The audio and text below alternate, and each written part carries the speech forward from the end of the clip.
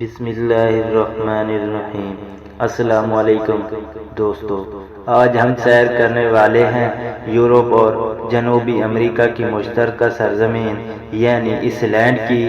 اپنے ہمسایہ ملک green land کے برعکس اس لینڈ کو یورپ کا حصہ مانا جاتا ہے۔ اس لینڈ کی تاریخ کی گہرائیوں میں جانے سے پہلے اگر آپ نے ہمارے YouTube channel MS informative official کو سبسکرائب نہیں کیا تو اسے سبسکرائب کر دیں اور بیل کی آئیکن کو دبا دیں تاکہ ہماری ہر نئی آنے والی ویڈیو بآسانی آپ کو ملتی رہے۔ اگرچہ تاریخی حوالوں سے اس لینڈ پر زندگی کے آثار صدیوں پرانے ملے ہیں، مگر اس لینڈ پر انسانی بستیاں اس وقت تک بسائی گئیں جب ناروے کے ایک مہم جو اینگلو ساکسن نے اس علاقے کا دورہ کیا اور یہاں آ کر اپنا پہلا مویشی خانہ بنایا۔ اینگلو فرق کے بعد دوسرے مہاجرین نے اس علاقے کا رخ کیا جس میں اکثریت آئرش اور ناروے کے غلاموں کی تھی۔ 930 عیسوی تک تمام قابل کاشت رقبے پر قبضہ کر لیا گیا تھا۔ اس کے بعد تمام لوگوں نے متفقہ طور پر ایک سردار کا انتخاب کیا۔ اس خطے پر پہلی پارلیمانی کی بنیاد رکھی۔ 10 عیسوی صدی میں عیسائیت کو تمام لوگوں نے مذہب اپنا لیا تھا۔ صدیوں تک سرداروں کا یہ بنا ہوا نظام چلتا رہا لیکن سردار بدلتے رہے۔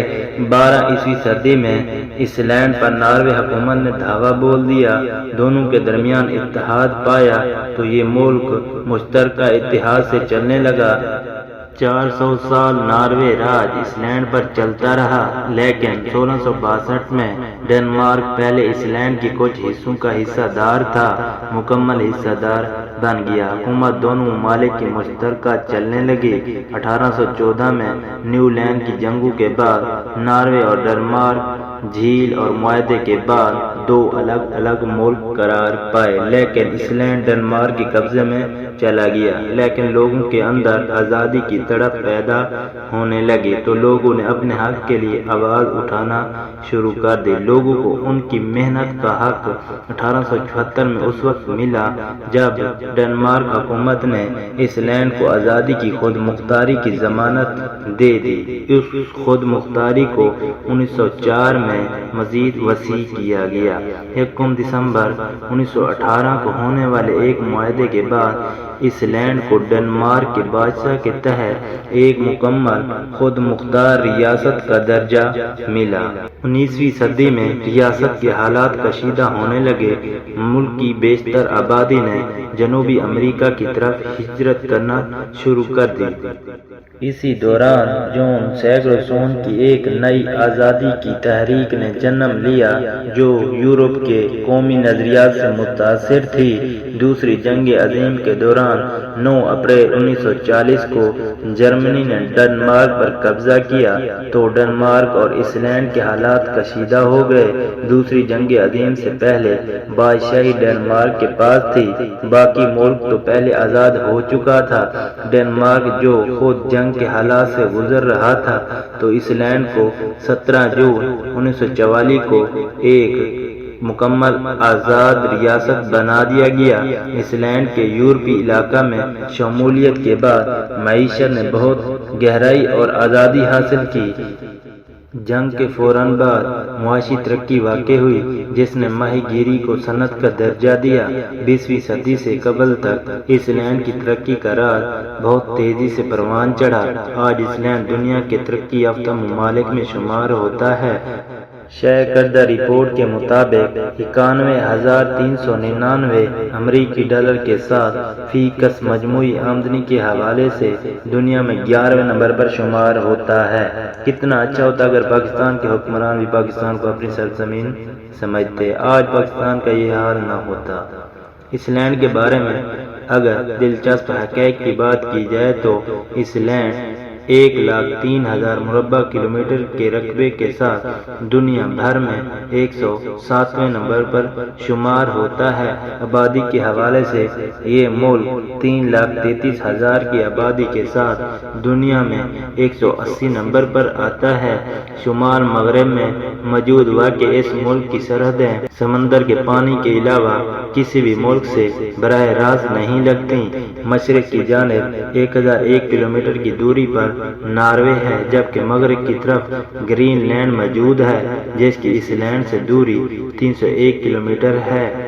اس لینڈ کو چاروں طرف سے بحر اوقیانوس نے گھیرا ڈالا ہوا ہے۔ ریکجاوک ملک دارالحکومت ہے۔ 274.5 مربع کلومیٹر رقبے پر پھیلا ہوا یہ شہر اس لینڈ کا قدیم ترین شہر ہونے کا اعزاز رکھتا ہے۔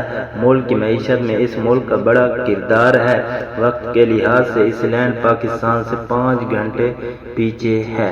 اس لینڈ میں اگر آپ کو کسی سے بات کرنی ہے تو آپ کو نمبر سے پہلے اس لینڈ کا کالنگ کوڈ لگانا پڑے گا۔ 11,922 مربع کلومیٹر رقبہ ناقابل کاشت ہے اور 64,912 مربع کلومیٹر کے رقبے پر گلیشیئر موجود ہیں۔ ان سب کے علاوہ بے شمار پانی کے گرم چشمے بھی موجود ہیں۔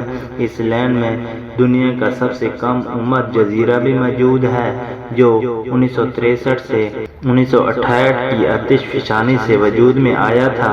ملک میں 20 ایسی جھیلیں ہیں جو 10 مربع کلومیٹر سے زیادہ رقبے پر پھیلی ہوئی ہیں۔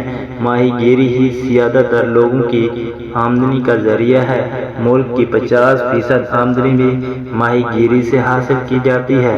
بین الاقوامی پابندی کے باوجود اس لینڈ کے بحری بیڑے مچھلیوں کا شکار کرتے رہتے ہیں۔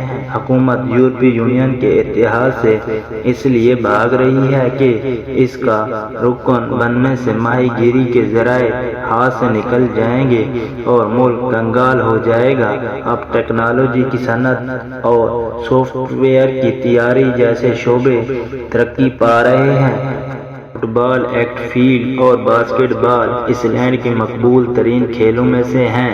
اس لینڈ دنیا کے ان چند ممالک میں شامل ہوتا ہے جہاں قیامت کی بڑی بڑی نشانیوں میں سے ایک نشانی پوری ہو چکی ہے، جو ہم پرست جنسوں کا شادی کرنا قانونی قرار دے دیا گیا ہے۔ 2006 میں پارلیمان کے متحدہ ووٹوں سے اس قانون کو منظور کیا گیا۔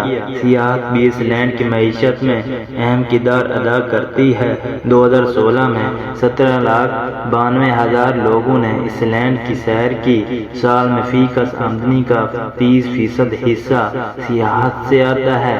ملک کی زیادہ تر آبادی عیسائیت کے مختلف فرقوں سے تعلق رکھتی ہے، جبکہ بدھ مت کے ماننے والوں کے ساتھ ساتھ کچھ آبادی یہودیوں کے ماننے والوں کی بھی ہے۔ 500 افراد کے قریب مسلم آبادی بھی اس لینڈ میں موجود ہے۔ اس ویڈیو کو یہیں پر ختم کرتے ہیں۔ اگر آپ کو ہماری ویڈیو پسند آئی ہے تو اس کو اپنے دوستوں کے ساتھ سوشل میڈیا، ٹویٹر، فیس بک پر شیئر کر دیں اور اپنی رائے کمنٹ سیکشن میں دیں۔